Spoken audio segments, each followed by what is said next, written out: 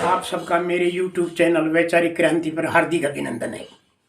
आज मैं आपको सेक्टर 2 में स्थित एक ऐसे परिवार के पास ले जा रहा हूँ जहाँ की 4 सदस्य हैं और चारों जो ना बहुत ही हाईली क्वालिफाइड हैं।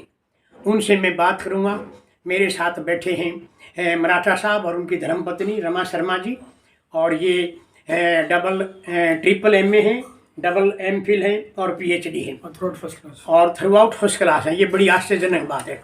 तो इनसे मैं जानूंगा इसकी सफलता का राज और किस प्रकार ये काम कर रही हैं, और इनके 2 बच्चे हैं वे क्या कर रहे हैं।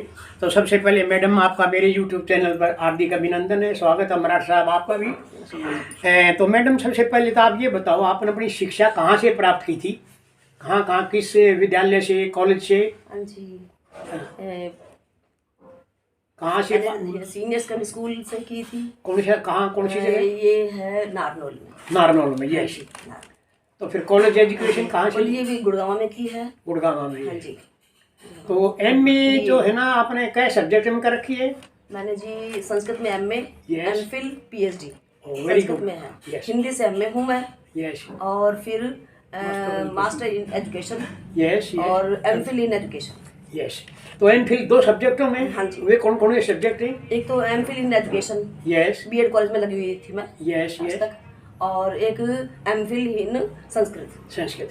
अच्छा, फिर PhD की आपने? हाँ जी, PhD। वो कौन से सब्जेक्ट में? वो भी संस्कृत में की है। संस्कृत में की। हाँ जी। तो आपको ये जो इतनी ज्यादा मतलब ज्ञान प्राप्त करने की जो प्रेरणा थी, वो कहाँ से मिली? किसने प्रेरित किया आपको? मेन रोल तो जी मेरे पतिदेव का है। हाँ, मराठा साहब का। भाई बहुत बहुत धन्यवाद आपका। तो आपके कितने बेटे हैं बहन जी?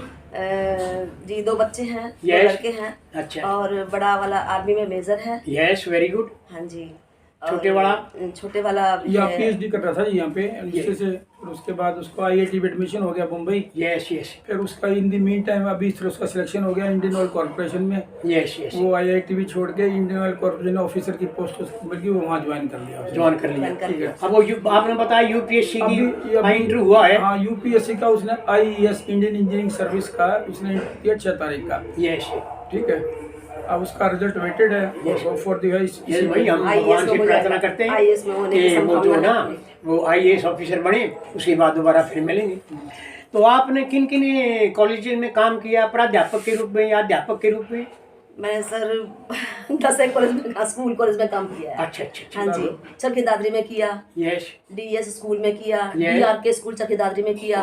और एक सुशीला आर्य मैडम हमारी प्रिंसिपल थी, हिंदी संस्कृत महाविद्यालय, और मैंने प्रभाकर शास्त्री वालों को भी पढ़ाया है। ये MPhil करते हुए, MA MPhil करते हुए मैंने। तो इस पढ़ाई के दौरान आपको कोई मतलब चुनौतियाँ भी आई, कोई परेशानियाँ भी आई स्टूडेंट्स की तरफ से, या प्राइवेट कॉलेज में आप रही, वहाँ के एडमिनिस्ट्रेशन तरफ से कोई परेशानी भी हुई होगी जरूर? घर में भी से ही शुरुआत हो गई थी परेशानियों की। तो जो है कंबाइंड फैमिली में पढ़ाना, टाइम निकालना अपने लिए मुश्किल हो जाता है।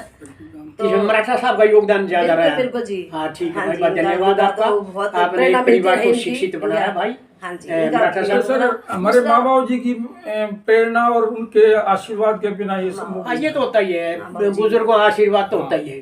हाँ, उनके बिना कुछ काम हो नहीं सकता।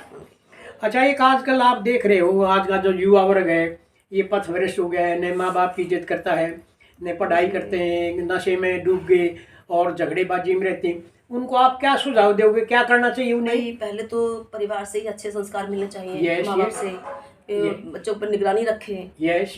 और जो है फिर गुरुजन ध्यान रखें। भाई बच्चा किस ओर जा रहा है, सीधे घर जा रहे या नहीं जा रहे। तो सबका रोल है। बाकी मेरा ख्याल सारे समाज का रोल है, सरकार का भी है, पेरेंट्स का भी है, अड़ोसी पड़ोसी का है, माँ बाप का तो है ही। तो ये इनको भी क्या करना चाहिए अब इनको, मतलब किस तरफ काम ध्यान बटाना चाहिए अपना? बच्चे पर पूरी निगरानी रखी जाए तो फिर ऐसा बच्चा अपना थोड़ा ध्यान वो कर लेता है। उनकी सोसाइटी कैसी है उस। अच्छा, इसमें मराठा साहब आप क्या बात कहोगे इनके बच्चों के लिए, जो युवा बच्चे हैं आजकल पथभ्रष्ट हो गए?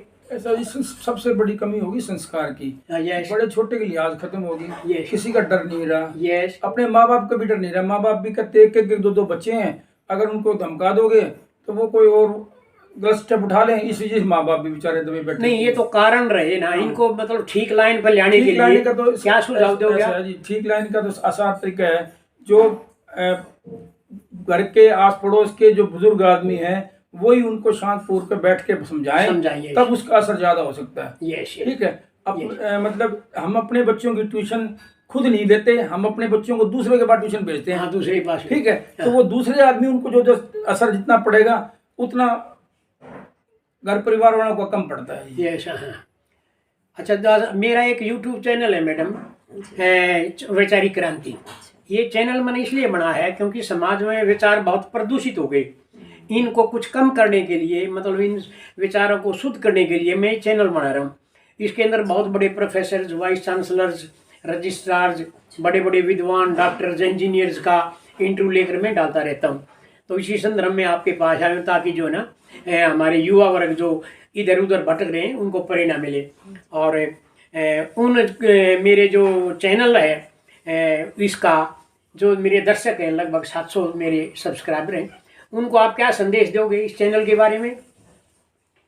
ये बहुत अच्छा चैनल है। यस। विचारों में क्रांति आई जिससे। Yes yes. नाम इसका वैचारिक क्रांति है। यस। तो इससे जो युवा वर्ग है जो बुरी आदतों को छोड़े, अपना इससे प्रभावित हो, प्रेरणा मिले उनसे, और जो है बड़ों के संपर्क में रहे। तो संस्कारी परिवार से बिलोंग करते हैं हालांकि बच्चे, फिर भी जो है उनको थोड़ा सा मोटिवेट करने की जरूरत है। यस मैडम, बहुत बहुत धन्यवाद। सब्सक्राइब करें इस चैनल को। और मैं चाहूंगी इसको लाइक करें। यस। तो मैडम आपका बहुत बहुत धन्यवाद, आपने मेरे को समय दिया। Thank you very much. Maratha साहब आपको भी बहुत बहुत धन्यवाद। धन्यवाद तो आपका है सर। ठीक है।